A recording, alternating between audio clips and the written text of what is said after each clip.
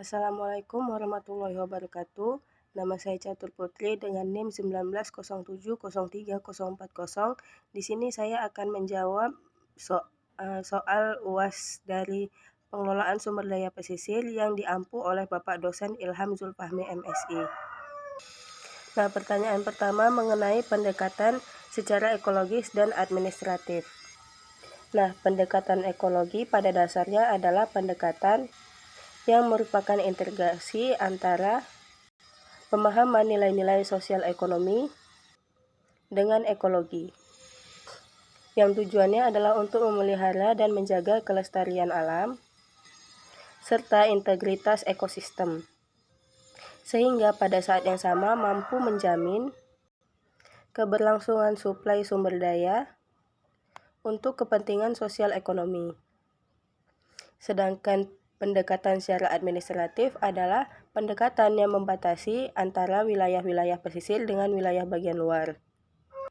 Nah, soalan yang kedua mengenai faktor kemiskinan secara budaya.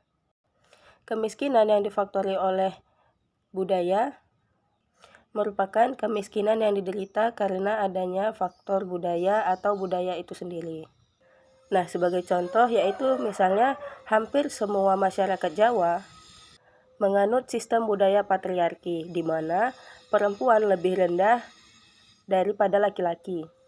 Selain itu, ada konsep juga di mana laki-laki memegang peran utama dibandingkan dari perempuan, sehingga perempuan dipandang khusus. Pendidikan untuk perempuan hanyalah imaterial. Oleh karena itu, perempuan dianggap sebagai penghuni yang terbelakang. Nah, akibatnya adalah perempuan di bagian wilayah pesisir sulit untuk mendapat kartu penangkapan ikan dan izin untuk pelayaran. Nah, faktor kemiskinan secara struktural merupakan faktor kemiskinan yang diderita karena adanya struktur sosial masyarakat, di mana terjadi perbedaan antara masyarakat miskin dengan masyarakat yang kaya. Nah, akibatnya apa? Orang-orang yang lebih kaya memegang peranan penting dalam mengelola daerah sumber daya pesisir.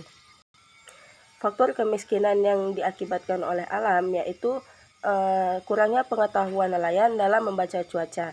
Nah, makanya diperlukan sosialisasi oleh Badan Klimatologi dan Geofisika dalam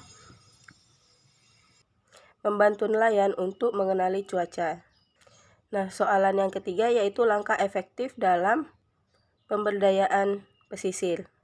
Nah, langkah yang pertama yaitu analisis pemberdayaan masyarakat yang dapat dilakukan dengan cara pengelolaan hasil perikanan budidaya dan tangkap, dan kelautan, misalnya kelestarian hutan mangrove atau yang sebagainya.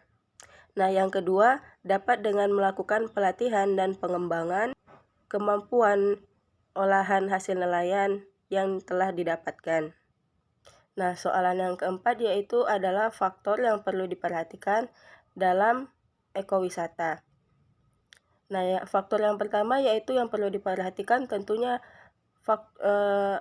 kekayaan alam yang masih terjaga serta infrastruktur pada daerah tersebut dan fasilitasnya masih belum terpenuhi.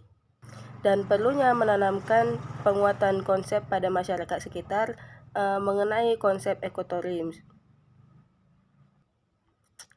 Nah, yang terakhir perlu adanya strategi atau langkah awal yang berdasarkan kekuatan, kelemahan, peluang, dan hambatan yang akan dihadapi karena penanaman konsep ekowisata.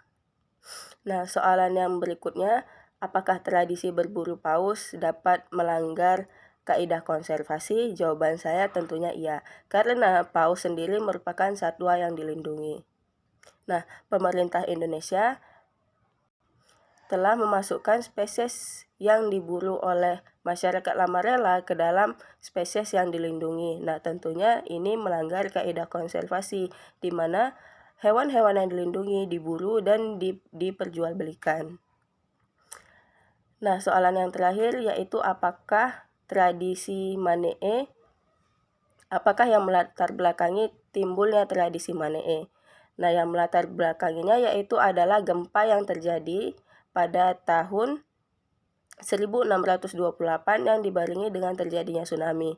Nah, akibatnya dari gempa tersebut dapat memisahkan 3 pulau, yaitu Pulau Karakelang, Pulau Intata, dan Pulau Malo.